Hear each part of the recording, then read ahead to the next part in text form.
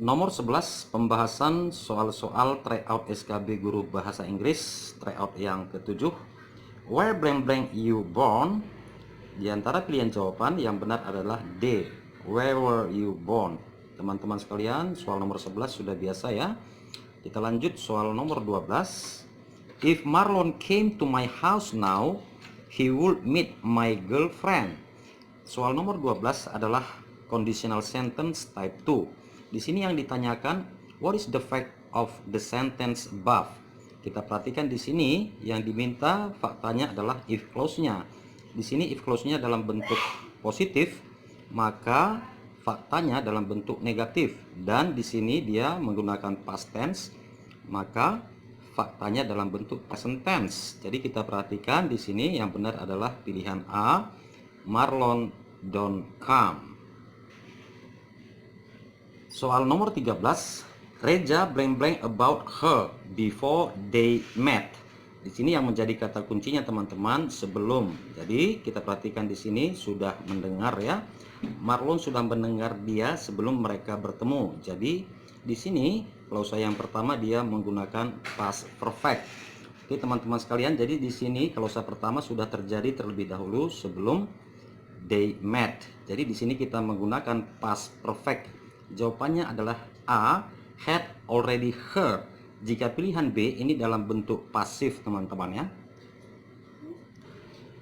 Kita lanjut soal nomor 14. A, I lived in Milan when I was younger. B, really?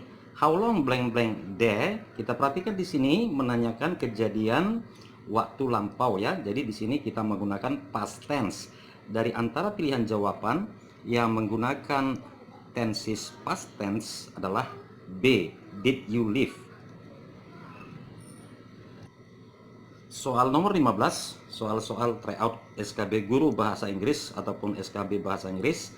A, would you like a cup of coffee? B, no thanks blank blank one. Ya, jadi jika kita perhatikan di sini kata-kata pilihan jawaban ada bermakna sudah. Jadi jika ada suatu kejadian yang sudah lampau dan berhubungan dengan ketika kita berbicara, maka kita menggunakan present perfect. Dari antara pilihan jawaban yang menggunakan present perfect adalah pilihan B. No thanks, I've just had one. Aku baru saja minum satu gelas atau satu cangkir. Soal nomor 16. Many of Mary's novels blank blank in monthly magazines. Ya, di sini jika kita artikan banyak novel-novel Mary titik-titik di majalah bulanan. Di sini yang benar adalah antara pilihan A dan B, tetapi di sini jika kita analisa soalnya yang paling tepat adalah pilihan A, were first published. Kita lanjut soal nomor 17.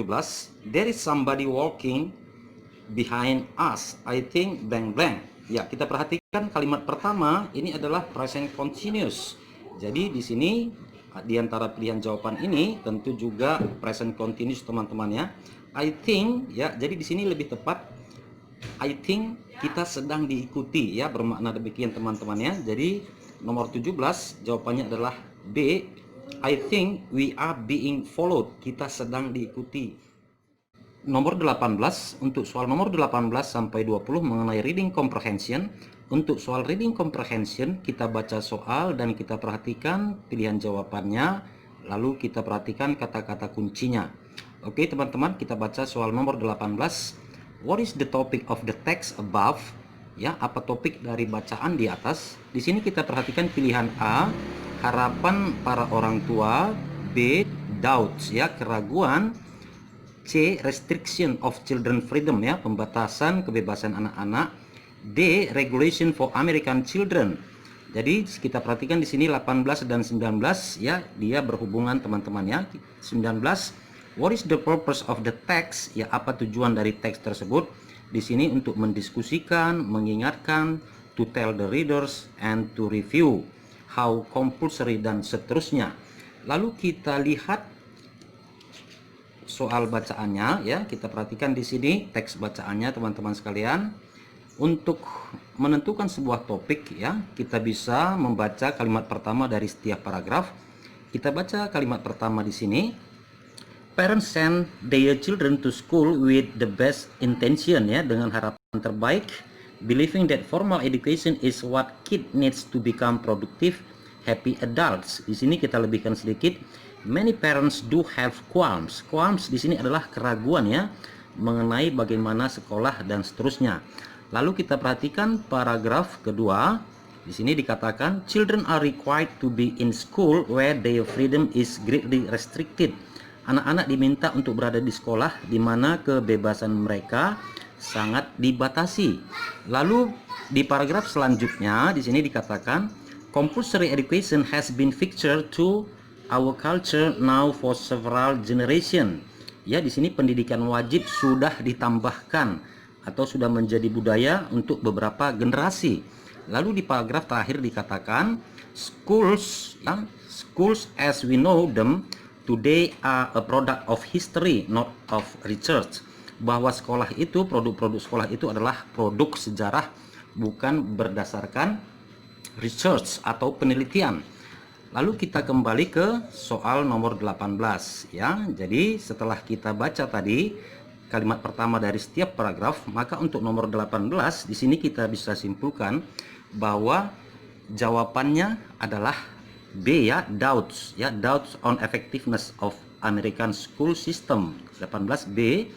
Nomor 19, what is the purpose of the text above? Tujuan dari teks tersebut adalah, di sini yang jawaban terbaik adalah to discuss if American school system is truly effective to educate children. Sedangkan nomor 20 mengenai sinonim, di sini dikatakan which of the following is closest in meaning to the word qualms. Tadi sudah saya singgung teman-teman, ya, bahwa qualms itu sama dengan doubts, keraguan. Jadi nomor 20 C.